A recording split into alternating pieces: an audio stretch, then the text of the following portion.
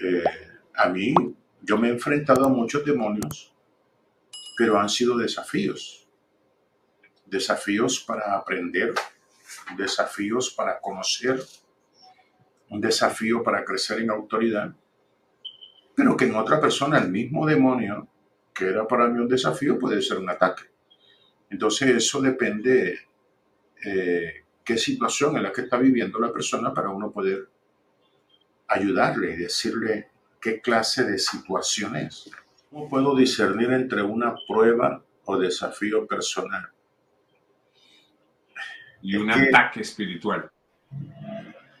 es muy difícil saberlo así. Así es difícil.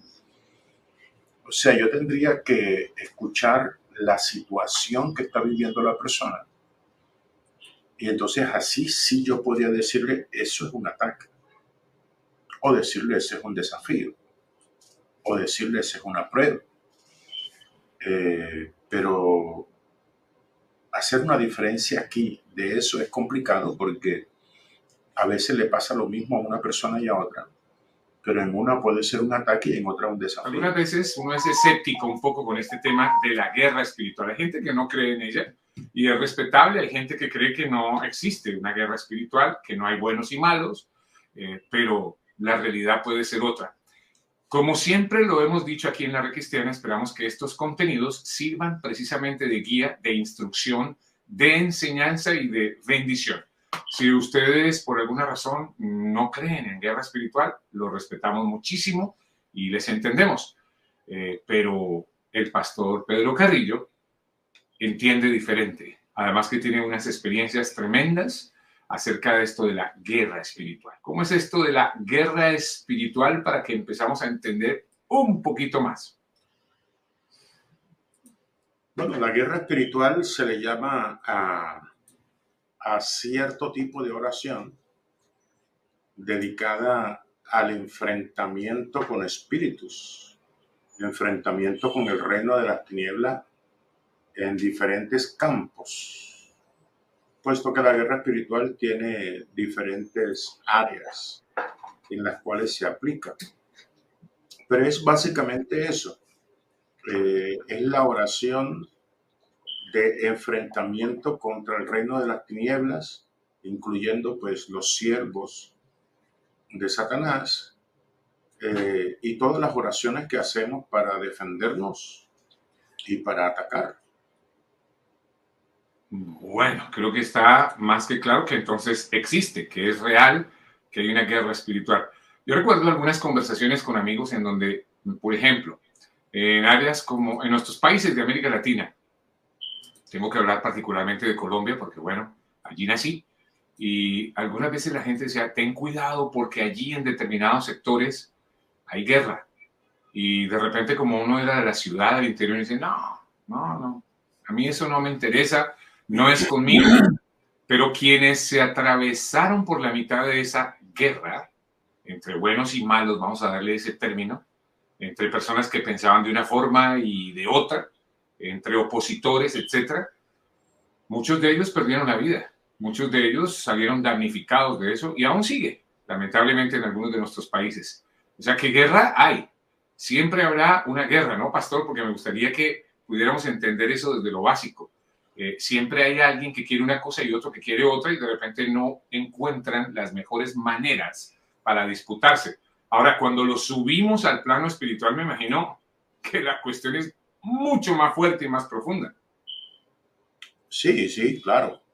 Lo que sucede es que desde el principio, ¿no?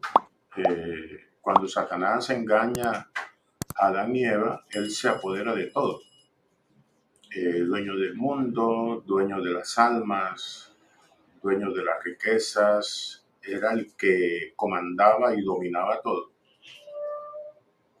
Pero cuando viene Cristo y lo desaloja, ¿no?, de su lugar de privilegio, Jesucristo lo vence en la cruz del Calvario, dice la palabra que hubo una gran batalla en el cielo donde Miguel y sus ángeles luchaban contra Satanás y sus ángeles, dice, y no prevalecieron. Eh, y no se halló lugar para él en el cielo, sino que fue lanzado a la tierra. El trono que tenía Satanás como príncipe de este mundo fue quitado, fue destruido y está en la tierra, ¿no? Pero él todavía quiere seguir y mantener el mismo dominio, pero ya no lo hace con la legalidad que él tenía. Él antes tenía legalidad porque Adán se la había entregado y el mismo Jesucristo reconocía su estatus y Jesús le decía el príncipe de este mundo. Pero una vez Jesús lo vence en la cruz del Calvario, él deja de ser el príncipe de este mundo y entonces Jesús se convierte en Señor de todo, como el que gobierna y domina todo. Entonces Satanás sigue, ¿no?, en la tierra porque todavía no es el tiempo de su juicio. Él sabe que le queda poco tiempo, pero él sigue tratando de ocupar todos los espacios que él antes tenía. Y por esa razón, pues tiene gente que le sirve, tiene espíritus que le sirven y andan buscando de cómo esclavizar al ser humano como lo tenían antes. Entonces, en esa lucha, ¿no?, en esa lucha en que Satanás y sus demonios y sus siervos quieren mantener esa hegemonía, y está Jesús deteniendo ese ímpetu con que Satanás quiere dominar. Entonces está esa guerra, ¿no? La guerra son las almas.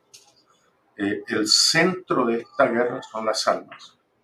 A Satanás lo que le interesa son las almas. Él era el dueño y señor de las almas y Jesús se las arrebató. Entonces, ahora mismo el centro de la guerra espiritual son las almas. Satanás las quiere para él y Jesús las quiere para él. A Satanás no le duele si uno destruye un demonio, pero sí le duele que le quiten un alma. Eso sí es fatal para él. Entonces, el centro de la guerra espiritual son las almas y